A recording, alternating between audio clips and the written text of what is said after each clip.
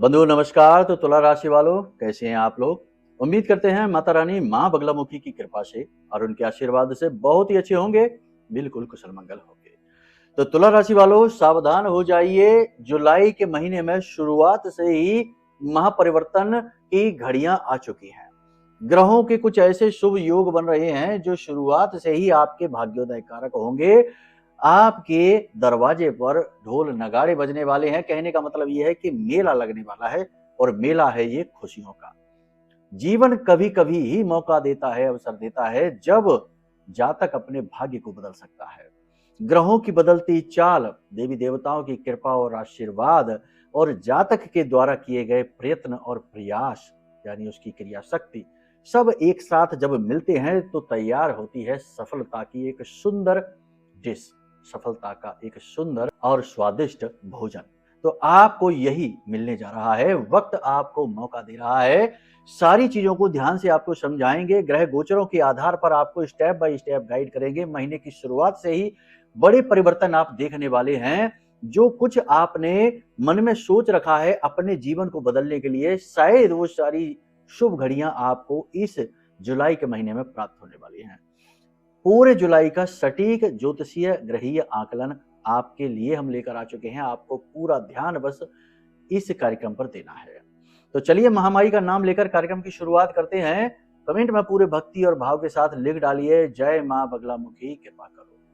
माता रानी का नाम लेने के बाद चलिए कार्यक्रम को शुरू करते हैं। बात करते हैं सटीक भविष्यवाणियों की, ग्रह गोचरों की। पूरा ध्यान अपना अब यहां लेकर आइए।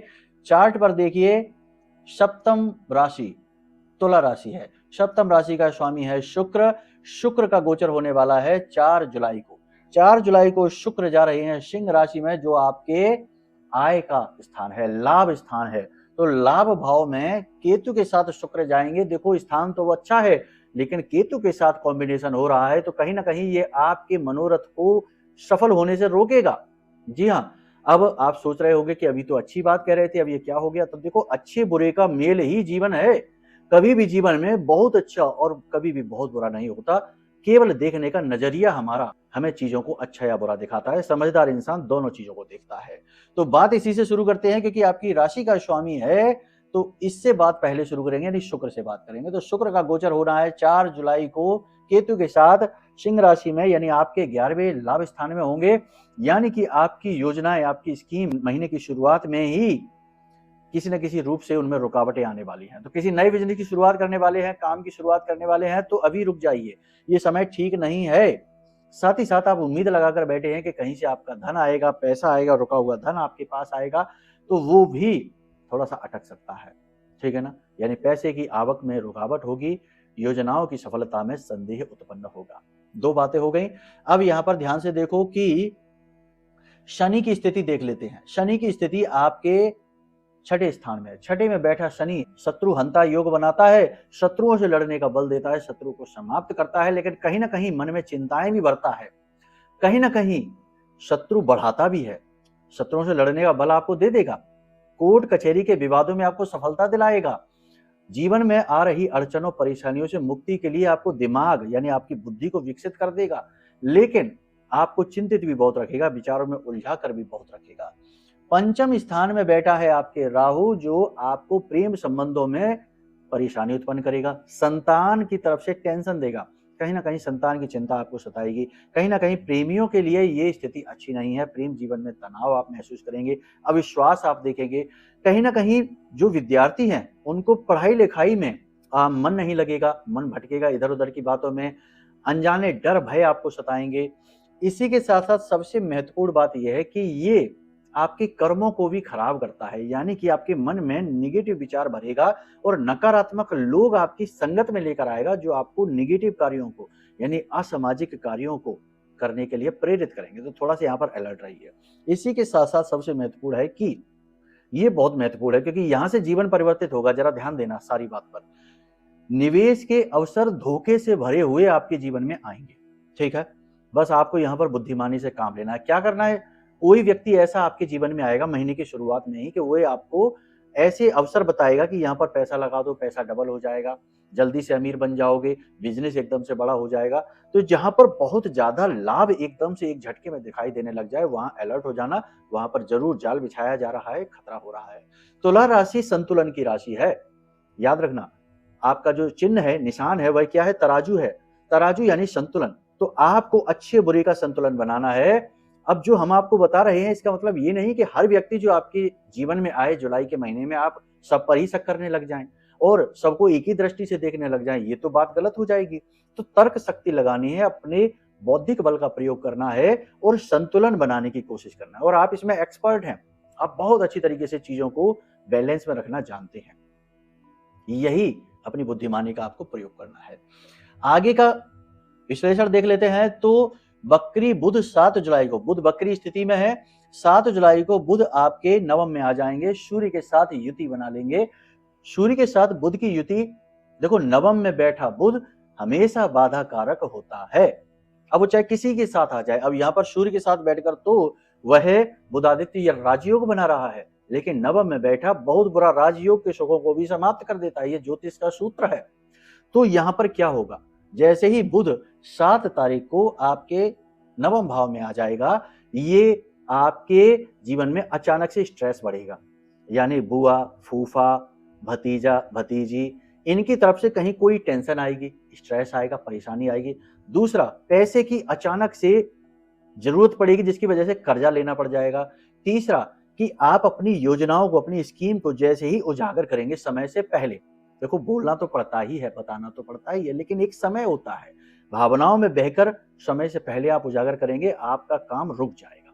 ये आप ट्राई करके भी देख लेना, और आपने कई बार ये किया भी है। ठीक है, जुलाई के महीने में आपको कम से कम 24 तारीख तक तो ये नहीं करना, क्योंकि बुध बकरी भी है। तो ये यानी कि आपके लिए डबल नकारात्मक स्थिति हो जाती है, डबल नेगेटिव हो जाता है। इसी के साथ साथ यहाँ पर गुरु की स्थिति जो है ना, वो दशम में है। तो दशम में उच्चिष्ट गुरु है, जो आपको, देखो गुरु की क्या खूबी, गुरु एक दिए के समान होता है। जहां बैठता है वहां अंधेरा करता है, लेकिन जहां इसकी दृष्टियां हैं वहां प्रकाश फैलाता है।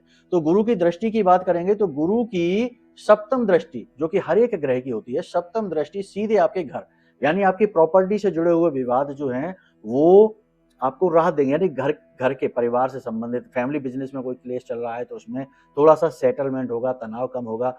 परिवार में किसी सदस्य के साथ किसी प्रकार का कोई तनाव चल रहा है, प्रॉपर्टी है, भूमि है, वाहन है, भवन है, इस प्रकार के आपको जो स्ट्रेस चल रहे थे वो कम होने लग जाएंगे। ठीक है, वाहन खरीदने के योग बनेंगे, भवन के योग बनेंगे, यानी कि आप मकान खरीद सकते हैं, चेंज कर सकते हैं, भूमि भी खरीद सकते हैं, तो इसके प्रबल योग बनेंगे। साथ ही साथ आपको उन्नति के विशेष अवसर मिलेंगे, जैसे कि जो बिजनेस बढ़ाना चाहते हैं उनके लिए लोन आसानी से मिल जाएगा। जो नौकरी में खुश नहीं है और नौकरी बदलना चाहते हैं, उनके लिए नौकरी के बेटर ऑप्शन खुलकर आएंगे। अब ये आएंगे कब, सोचने की बात ये है। तो ये ऑप्शंस खुलकर आएंगे 7 जुलाई से लेकर और 16 जुलाई के बीच में। ऐसा क्यों? देखो यहाँ पर बात हो रही है ट्रांजिट की, बुध के ट्रांजिट की।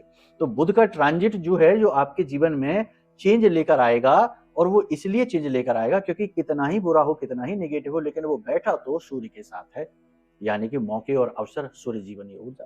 तो यहाँ पर देखो सारे चीजों का, सभी ग्रहों का एक सही तालमेल बैठा है, उसे समझ लिया जाए तो चीजें अनुकूल होती चली जाती हैं। अब यहाँ पर रह गया है चंद्रमा। चंद्रमा की बात कर लेते हैं। चंद्रमा महीने की शुरुआत में ही आपके चतुर्थ भाव में बैठेगा। तो चतुर्थ में बैठा चंद्रमा आपकी माँ की स्वास्थ्य सेहत को नुकसान पहुंचा सकता है। देखो चंद्रमा का यह है कि वो जब चतुर्थ में, चौथा घर चंद्रमा का ही है, लेकिन जब वहां पर चंद्रमा बैठता है तो वो हानि पहुंचाने लगता है। तो ये कहीं ना कहीं आपकी माँ की स्वास्थ्य सेहत को खराब कर सकता है महीने की शुरुआत में ही। थोड़ा उनका ख्याल रखने की जरूरत है। 3-4 तारीख के बाद आपको प्रेमी जीवन में स्ट्रेस, तनाव देखने को मिलेगा। उसके बाद चंद्रमा आगे बढ़ेगा। 6-7 तारीख को आपका कोर्ट कचहरी विवाद में पैसा खर्च हो सकता है। उसके बाद चंद्रमा देखो हर 2 दिन, सवा 2 दिन में अपनी स्थिति बदलता है। 27 दिन में उसे पूरे राशि चक्र का चक्कर लगाना है। तो चंद्रमा धीरे धीरे आगे बढ़ा 6-7 तारीख को। इसके बाद चंद्रमा आएगा आपके सप्तम में 8-9 तारीख को। तो 8-9 तारीख को चंद्रमा जब सप्तम में आपके आएगा तो ये आपके दाम्पत्य सुख को बढ़ा देगा। जिनका विवाह नहीं हो रहा है उनके विवाह होने की संभावना को प्रबल कर देगा। तो ये अच्छा ही माना जाएगा। इसी के साथ साथ अष्टम में चंद्र मंगल युति बनेगी आपकी 10-11 तारीख को, ये अच्छी रहने वाली है। यहाँ पर आपके अटके हुए कार्य बनने लगेंगे।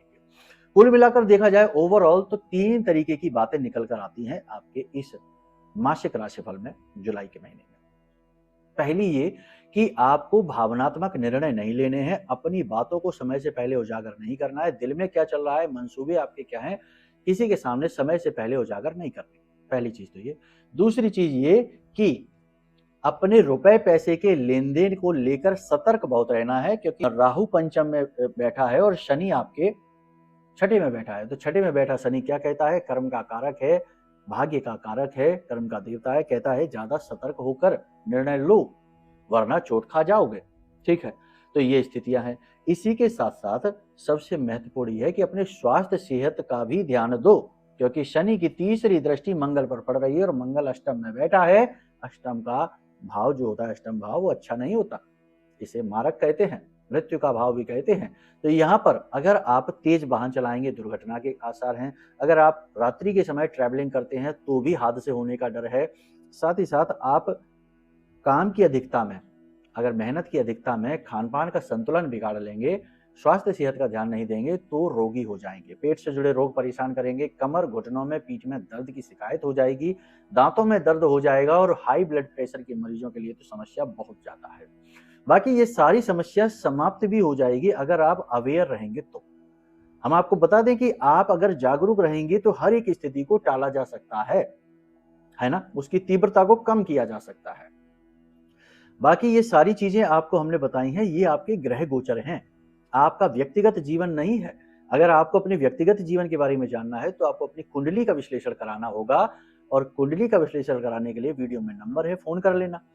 सबसे सटीक और सबसे सच्चा कुंडली का आकलन करके आपको देंगे, और जो उपाय समाधान देंगे वो इतने सस्ते होंगे कि उनमें आपका बहुत बड़ा खर्चा भी नहीं होगा।